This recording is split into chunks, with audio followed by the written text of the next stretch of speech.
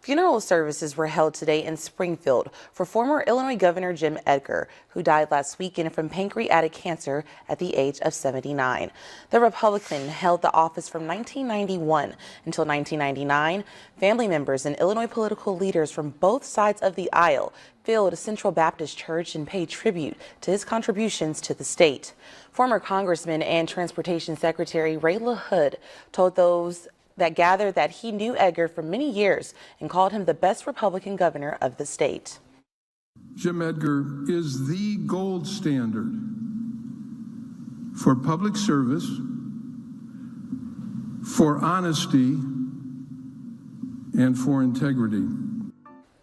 Edgar advocated for increased education funding, but he also cut spending, government jobs, and welfare programs. In retirement, he started a fellows program for officials to learn more about leadership and governing skills.